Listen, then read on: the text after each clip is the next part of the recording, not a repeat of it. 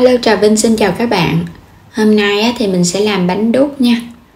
Một món bánh truyền thống từ bột gạo, vừa béo vừa ngon nè, và mình ăn cùng với nhân thịt nấm, nó giòn giòn sừng sực luôn, chan thêm nước mắm chua ngọt nữa. Bánh này thì mình có thể ăn nóng hoặc là mình ăn nguội đều ngon hết. Thì mời các bạn cùng xem video nha. Mình chuẩn bị trước 100g bột gạo. Và bột gạo này thì mình dùng bột gạo lọc nha. 100g bột năng thì hai loại là 200g. Chút xíu muối. Với 200g bột thì mình dùng nửa lít nước cốt dừa và nửa lít nước lọc, là tổng cộng là 1 lít nước. Pha bột luôn, cho hết bột gạo vô, bột năng. Rồi các bạn cho muối vô luôn. Sẽ cho nước vô trước ha, mình sẽ khuấy bột trước. Thì cho nước vô á, các bạn khuấy trước vậy nè, để cho bột nó hòa tan nhanh. Xong rồi cái bột nó tan rồi mình hãy cho nước cốt dừa vô. Thì đối với cái bánh đúc này á, nếu mà theo bánh đúc nóng luôn thì không có dùng nước cốt dừa. Nhưng mà mình biến tấu chút xíu thì mình dùng thêm nước cốt dừa, giống như là mình ăn bánh đúc mặn vậy đó. Rồi cho toàn bộ cái phần nước cốt dừa vô. Thì cái bột nó béo béo, mình ăn nó sẽ ngon hơn. Khuấy đều xong rồi các bạn sẽ để yên 15 phút nha, cho bột nó nở ra thì bánh nó mới ngon. Tiếp theo mình dùng 200g thịt nạc mình xay ra. Nấm mèo thì ngâm nước cho nó nở ra. Các bạn ngâm nước chút xíu là nó nở à. Nửa cái củ hành tây, một ít ngò rí cũng như là hành lá, để chút nữa mình cho vô nhân cho nó thơm. Rồi nấm này các bạn sẽ vắt nước á, mình rửa 2-3 nước cho nó sạch, xong rồi cái mình cắt cái rễ bỏ đi nè. Cắt sạch hết rồi chút nữa các bạn sẽ băm cho nó nhuyễn nhuyễn ra.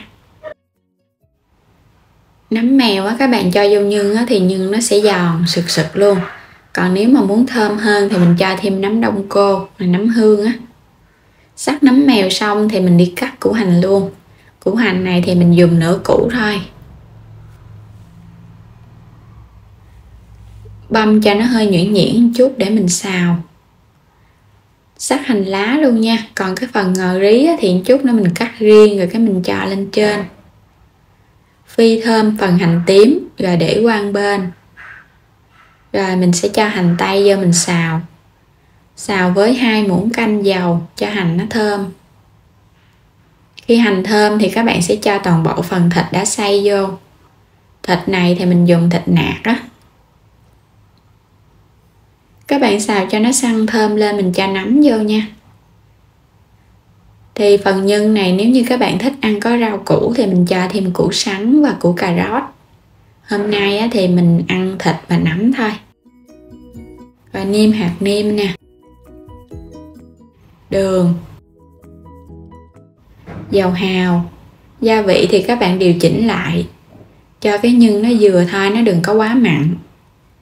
Xào đều cho gia vị nó ngấm vô trong nhân. Thịt đã chín rồi, bây giờ các bạn sẽ lấy hành mình cho vô. Cho vào một ít tiêu xay. Rồi đảo đều nữa nha, là mình tắt bếp được rồi. Để nhân ở đây xong rồi mình quay trở lại mình đi khuấy bột. Chọn cái nồi mà nó hơi dày đá chút xíu, cho hết phần bột vô. Mình sẽ cho vào đây 1 muỗng canh dầu hành phi nè. Có dầu ăn vô á, thì khi mà mình khuấy bột á, bột nó bóng mướt và nó béo. Khuấy bột thì mình để lửa nhỏ thôi nha, để cho bột nó chín từ từ, nó không có bị đóng ở dưới đáy nồi. Và khuấy đều tay.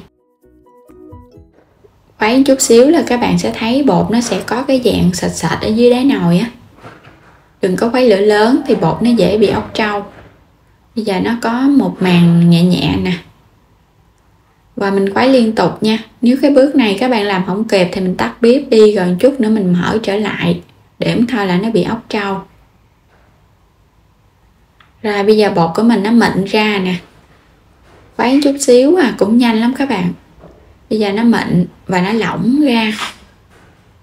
Các bạn sẽ để lửa thiệt là nhỏ nha. Và mình lấy cái nắp mình đậy lên để cho bột nó chín. Đậy khoảng chừng 1 phút là mình mở ra. mở nắp ra, các bạn sẽ khuấy bột. Đậy lâu quá thì nó cũng dễ bị khét ở dưới nồi á. Mình khuấy sơ cái. Xong rồi các bạn hãy đậy tiếp lại. Thì mình đậy khoảng chừng 2-3 lần là bột nó chín nè.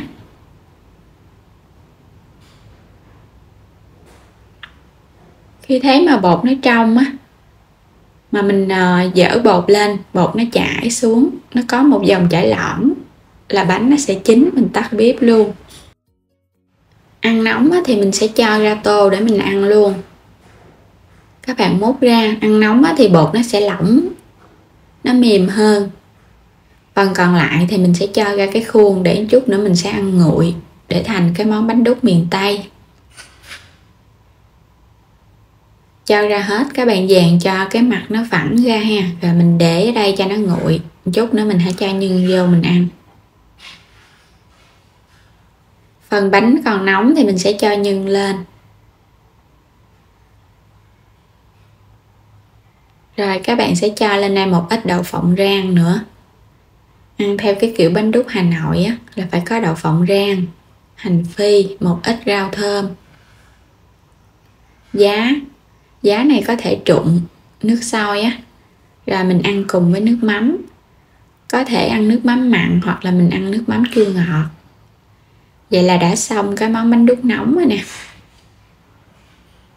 Rất là hấp dẫn luôn. Phần bột thì nó có cái độ mềm mềm dai dai. Mời các bạn nha. Béo nè, mềm mềm nè. Ăn vô cái nước mắm thì nó chua chua ngọt ngọt nữa. Rất là đậm đà luôn. Bánh đúc nóng. Nếu như bạn nào mà chưa thử qua cái món bánh này thì hãy làm và thưởng thức nha. Bảo đảm các bạn sẽ bị nghiện với cái món bánh đúc này. Mình ăn cùng với nước mắm chua ngọt thì nó mới ngon nha. Ăn với nước mắm mặn thì nó sẽ không đậm đà bằng. Cái khuôn này thì nãy giờ mình để cũng lâu rồi, giờ nó nguội rồi. Nếu bánh mà nguội thì cái bột nó sẽ dai hơn so với cái bánh còn nóng. Rồi các bạn cho nhân lên.